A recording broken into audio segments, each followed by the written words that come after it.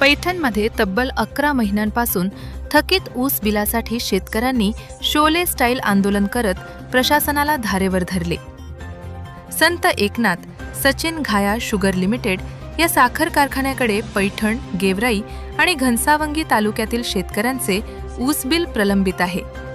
अनेकदा पाठपुरावा करूनही बिल न मिळाल्याने संतप्त शेतकरी तहसील कार्यालयाच्या पाण्याच्या टाकीवर चढून आंदोलनाला बसले. सुमारे 10 तास चाललेल्या या आंदोलनानंतर प्रशासनाने लिलाव प्रक्रियेसह पुढील कार्यवाही तातडीने करण्याचे आश्वासन दिले. त्यानंतर आंदोलन तात्पुरते स्थगित करण्यात आले.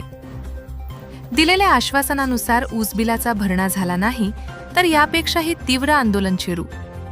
या आंदोलनाचे नेतृत्व पवनराजे शिसोदे, माऊली मुळे, अनिल राऊत, साईनाथ कर्डिले यांच्यासह शेकडो शेतकऱ्यांनी केले.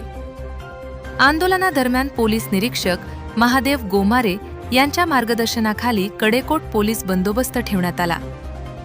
महावार्ता पैठण प्रतिनिधी मोतीलाल घुंगासे,